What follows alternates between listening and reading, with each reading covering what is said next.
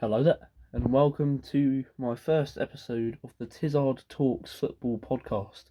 Wow, I never think I'd be doing a podcast, but this channel has grown so much I thought I'd give you what you deserve. So, a podcast episode, new one's going to come out every month, so this is just going to be an introduction, so there's not going to be much in this episode, probably be about 15 minutes, won't be much, because, like I said, it's an introduction, so, yeah.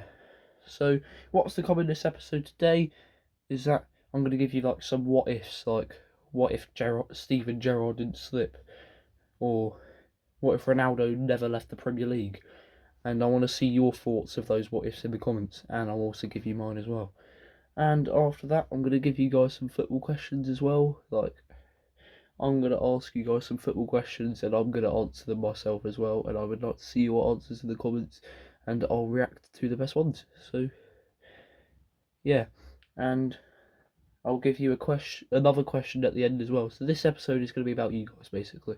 So, yeah, let's get started. Let's go. So, I'm going to give you a few what ifs. So, yeah, the first what if is what if Steven Gerrard didn't slip against Chelsea? Right, this is a topic that I've heard quite a bit. What if Gerrard didn't slip? Could you imagine what happened? I reckon if Gerrard didn't slip, Liverpool would have won the title. I reckon Liverpool would have been close to winning that title, I reckon. But Gerrard slipping didn't really help. But if Gerrard didn't slip, then Liverpool would definitely be somewhere close to the title, 100%. Also, I'd like to see your thoughts of that in the comments below, and I'll react to the best ones. So, yeah, the second what if is what if Messi never left the La Liga? This isn't as big as a what if, but it's still a pretty big what if, because if Messi never left the La Liga, I think he would have been the greatest of all time. Well, he is the greatest of all time. He's way better than Ronaldo, but still, if Messi never left the La Liga, then he'd probably stay at Barca. It's falling a bit. There we go. Right, put you there. Right, let's get back to it. I didn't realise it was falling. But as I was saying, if Messi never left the La Liga, I think he would have been a better player than he is now. I think Messi was so used to the La Liga, he used to put in top-notch performances, and he's just a very good player. So I reckon he would be the greatest of all time, and no one would catch up to how good he actually is. So, yeah, here's a third what if. So the third what if is, what if Harry Kane never left Tottenham? If Harry Kane never left Tottenham, I reckon we would have won something in the next 5 years. I reckon we would win something in the next couple of years if Harry Kane didn't leave Tottenham. Bayern Munich have basically won the Bundesliga now, so Harry Kane's won a trophy. Yippee! Even though he plays for Bayern, I'm still happy for that as a Spurs fan, because Harry Kane, probably the best player Spurs has ever seen. Comment down, correct me if I'm wrong, but Harry Kane, isn't he like our top scorer? I'm pretty sure he's our top scorer. He delivered in so many big games. He was just a really good player. So if Harry Kane didn't leave Tottenham, Tottenham would have probably won a couple trophies in the next few years, I reckon. So yeah, before we move on, just gonna drink my cup of tea.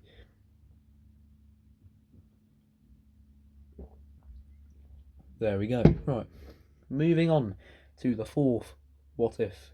So, this is the last one, by the way. It's not going to get repetitive. This is the last what if, so we're going to make it a good one. So, the last what if is,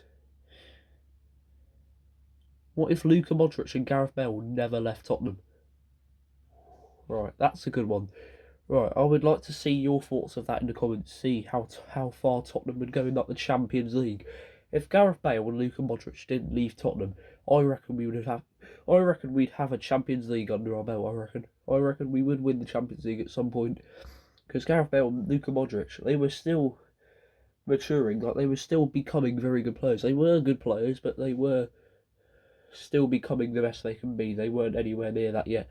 But if they never left and they stayed there for their whole career, Tottenham would have so many trophies, it'd be unbelievable. But comment down below your opinions on my what ifs. I would love to see them. So yeah, I'm going to give you guys some football questions now, and I'll answer them as well, don't worry. So, the first football question is Messi or Ronaldo? Like, that's the only question that we can start this segment with. I mean, Messi versus Ronaldo is such a common topic. Everyone talks about it.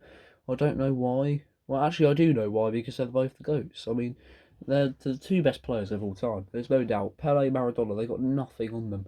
Well, actually, Pele's third, I'd say. Pele, I mean, he has got 3 World Cups, but he's got more World Cups than Messi and Ronaldo combined. So, I mean, but yeah, Messi or Ronaldo, I'd like to see your votes and why in the comments. My answer, I'd probably say Messi. I mean, has Ronaldo won a World Cup? No, he hasn't. Has Ronaldo won 6 Golden Boots? No, he hasn't. Simple as that. I mean, Ronaldo fans, don't get me wrong. Ronaldo's a really good player. Like, he's got 5 Ballon d'Ors, 5 Champions Leagues. Such a good player. I mean, he's played for Madrid, he's played for United, he's played for Sporting, he's played for Juventus, he's played for so many big teams. But Messi, he's only played for 3 teams. Well, 2 teams that can compete at the highest level. Because, are we really going to count Inter Miami? Like, they can't even play in the Champions League yet. Like, what? Makes no sense. But my answer for that question is definitely Messi. I think Messi is better than Ronaldo. I think Messi is the greatest of all time. So, yeah, the second question. The second out of third question. And then I'll probably end the podcast here because, like I said, this is only an introduction to what's going to come in this sort of podcast. Next month, the same time next month, hopefully. Pardon me. The same time next month, hopefully, I'll have a bigger episode, like double the time length or whatever. But I'll hopefully have some good stuff to talk about because the Premier League will be over by then. So, hopefully, I might give you my team of the season, who knows. But anyway, the second football question is, what is the best stadium in the world? Like, what is the best football stadium to play a game of football in the world? Comment down below your favourites, because my favourite, it's got to be Wembley. I mean, Wembley. If you play at Wembley, brilliant atmosphere. About 90,000 people. Absolutely brilliant atmosphere. I mean, Wembley Stadium is just such a good place to play football. I mean, imagine playing football with like your school team or something against your rival school and you're playing the final in Wembley. Oh, could you imagine? And the FA Cup finals as well. I think England played some of their games there. Oh, Wembley Stadium is just my favourite stadium. Such a good stadium. White Hart Lane is second though. The Tottenham Hotspur Stadium is fantastic. But the only reason I like Wembley Stadium better is just because it's iconic. I mean, they've had so many good games there. Tottenham Stadium is nowhere near the level of Wembley Stadium. But yeah, so the third and final question, it's going to be a big question because best stadium. Who is the most underrated player this season? The most underrated player this season. I'd like to see your players in the comments and I'll react to the best ones. So, my most underrated player.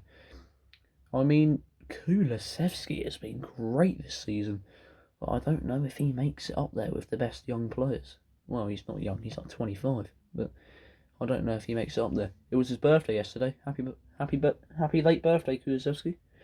So, as I was saying, my most underrated player. I like the look of Desire Doué for PSG. I like how he's so adamant and confident on the ball. I like how he's so good on the ball. He's so good dribbling. He's got that great goal in the Champions League against Aston Villa. So I've got quite a few, but probably the most underrated player, in my opinion, this season is Desire Doué of PSG and France. So yeah, unfortunately, guys, I'm going to have to end this podcast. Well, I don't have to end the podcast, but I mean, Like I said, it was only going to be like 10-15 minutes, but yeah. But before I go, I'm going to give you guys a question. It's going to be every podcast, I'm going to give you guys a massive question. Who is winning the Champions League this season? I reckon it's going to be Barca who win it this season. I think Barcelona beat Inter, and then they